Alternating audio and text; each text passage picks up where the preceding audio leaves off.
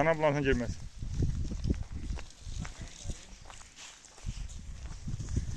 Ha, Qulu kardeş bunlar ikisi balalıdır.